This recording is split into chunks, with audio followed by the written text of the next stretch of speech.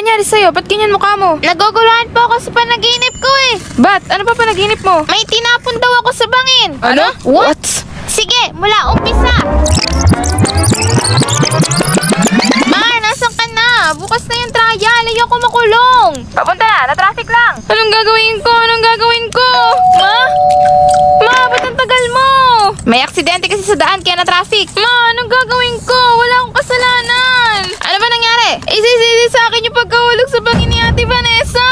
Kwento mo sa akin lahat na nangyari. Ma, hindi ko naman kasalanan yun eh. Kung di mo kasalanan yun, wala kang dapat ikatakot. Kung wala kang tinatago. Wala. Di kwento mo mula umpisa. Tulad ng sabi ko, nasa event ako for work. I hope you're enjoying the party. Of course, it's my pleasure. Thanks for inviting me. Totoo bang nasa event ka? Opo, may sinend akong pictures, di ba? Tinanong ko yung supervisor mo, walang event ng araw na yon.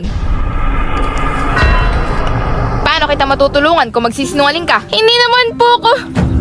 Magsasabi ka ng totoo o aalis ako dito. Pero nanay kita. Nanay mo nga ako, so ba't kailangan mo magsinungaling? Okay, kasama ko po si Mr. Salazar. Salazar? Farley Salazar? Yung boss mo? May asawa na yun, di ba? Mahal po namin yung isa't isa. Ay, nako naman. Wala naman pong masama doon. Wala. Naririnig mo ba sarili mo?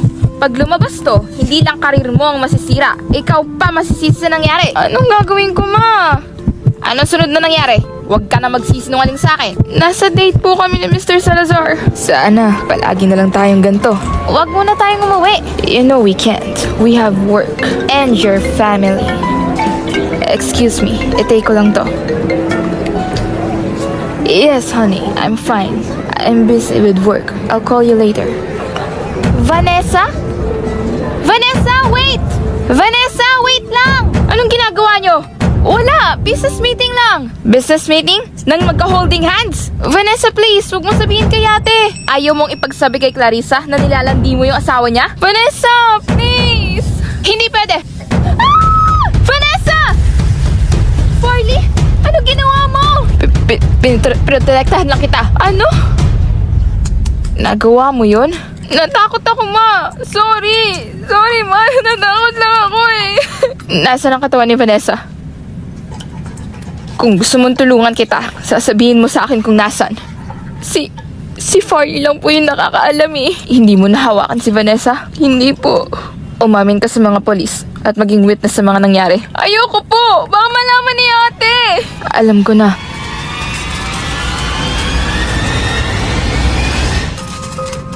Ate?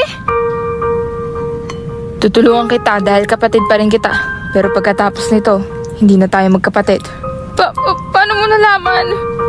May kutob na ako, kaya pinakausapan ko si Mama na kung pwedeng ako na lang yung pumunta. Ate, sorry! Ate, sorry! Sorry, ate! The end! Nananaginip ka ng ganyan? That is so weird! Where did you get those stories to have dreams like that? Nako, bunso, kung ano-ano pinapanood mo ha? Bawal ka na muna sa gadgets. But, anong meron sa kwarto? It's clear. Power pump! Power pump!